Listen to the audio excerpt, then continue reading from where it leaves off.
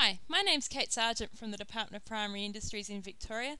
I'm the EverGraze project leader for the Future Farm Industries CRC, and today I'm going to show you how to use the feed budget and rotation planner to calculate how much feed you're going to have on offer at the end of each month through the winter period.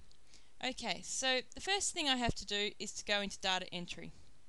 In the data entry page you can see our simple feed budgets on the left hand side, we've got our seasonal feed budgets in the middle, and other useful tools over on the right hand side.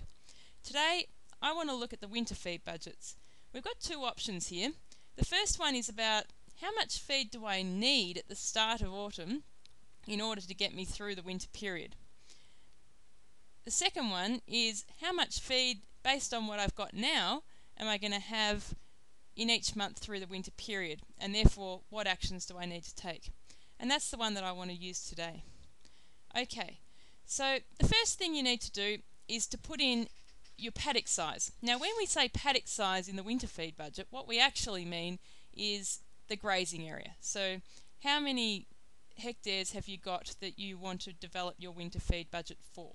So in this case, my area is 500 hectares. My food on offer at the end of April, that's right now, and so I know that I've got about 700 kilos per hectare available. If you need help to determine how much feed you've got available, you can use two tools. One is the table 6, which corresponds height to density and works out for you the kilograms per hectare. The other tool you can use is the Lifetime website, which has the food on offer gallery, and in here it shows me that my 700 kilo per hectare pasture looks a little bit like this one here. Soon there'll be a food gallery online and we'll be able to look at different food for a whole lot of different types of pastures. That's coming soon. Okay, pasture quality. The pasture quality at the end of April I think is going to be around 70%. I haven't got much clover yet, but it's coming along and it's green. Okay, consumption wastage factor. There's not going to be a heap of consumption wastage during this time. The animals are not running hugely high stocking rates and it's not wet, so I'm going to use about 20%. The May pasture growth is going to be determined by a whole range of factors, and in particular whether you've had a proper autumn break yet, so your soil moisture levels. However, this little table, table 7, does give you a little bit of a guide as to what your pasture growth rates might be. So in the May period, which is what we're looking at, for a good pasture, it's going to grow around 25. So that's what I'm going to use. 25 kilos per hectare per day. Now, I've got two stock types that I'm running on this farm. I've got ewes that are lambing in July, and I've got cows that are lambing in August. So my July lambing ewes, 60 kilos, and they're dry during May, and the number of animals I've got grazing on here is 4,000 ewes. Okay, now you can see here already that my energy intake is below maintenance. And the reason it says that it's below maintenance is because I've only got 700 kilos per hectare up here, and these ewes require a little bit more than that to maintain themselves. So I would have to be feeding them if I wanted to maintain. So my cows, they're 500 kilos, they're dry, and I've got 500 cows that I'm grazing on this area. Again, my energy intake is below maintenance. Okay, so how am I going at the end of May? At the end of May, it looks like my 500 cows and 4,000 ewes over my 5,000 hectares. The estimated food on offer is going to be 1,000 kilos, so I'm actually doing okay so far. Alright, my next step is for June.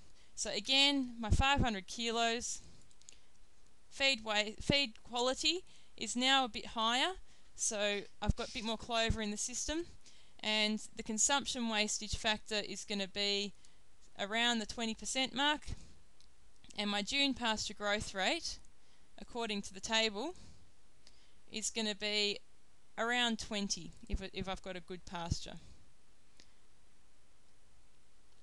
Now obviously it's going to be better if you measure your own growth rates to get a bit of an idea as to how your farm performs.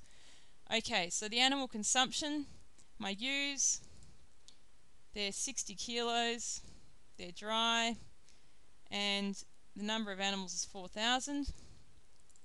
My cows are 500 kilos, they are dry, and I've got 500 of them grazing. Okay, now you can see here I no longer have any red on the side here because I now have enough feed to be maintaining my livestock. However, after this period I'm starting to decrease in my feed availability, so I'm getting down to 943. Now, the feed availability that I really don't want to go down below is 800 kilos per hectare. That 800 kilos is the amount at which my pastures will struggle to persist. Okay, so the paddock size for my July is going to still be 500 hectares, and I've got 75% digestibility. My consumption wastage factor is still about 20%, and my July pasture growth, I'm going to say, is dropping down to around 15. Okay, my stock types, I've got ewes and they've had their lambs now, so they're now lactating, and the number of animals I've got grazing is going to be 4,000. Okay, now we've got a bit of a problem with our energy intake of our lambing ewes, so just keep that one in mind. They're going to be losing weight unless we're feeding them. My cows, they're 500 kilos and they're still dry, and the number of animals I've got grazing here is 500. Again, they're going to be below their maintenance levels as well, and I'm running into trouble. So at the end of July, I've got 647 kilos, and I've now got calves which are about to calve, so I am running into problems.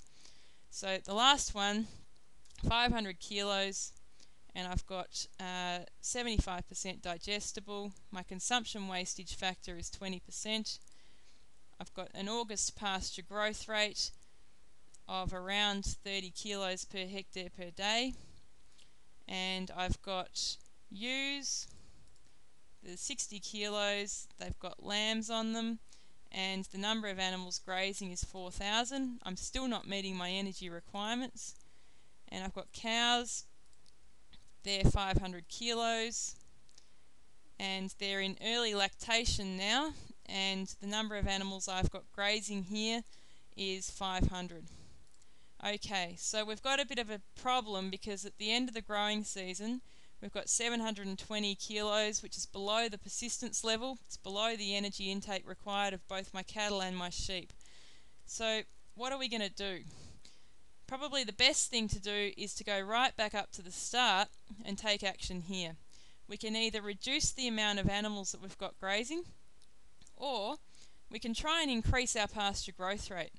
So let's just say that I put some nitrogen on in May, and instead of 20 kilos in June, I grew 30, and instead of 15 kilos in July, I grew 30. Okay, so I might have put a combination of gibberelic acid and nitrogen on. These are just arbitrary figures at the moment, just to show you what it can do. So now, the estimated feed on offer at the end of July is 1,215 kilos. So you can see that now I've actually got meeting my stock requirements right through the period, because I've managed to build a bit of a winter feed wedge, and I've got myself through. So you can do these calculations. We'll give you a little bit more information down the track on exact nitrogen responses and gibberelic acid responses, etc. But this just gives you an idea as to how the tool can work for you. For further information, see the EverGraze website on www.evergraze.com.au, and I've recorded a few other clips on the same sort of topics with the other feed budgets. So if you're interested, go and have a look at those. Thank you very much.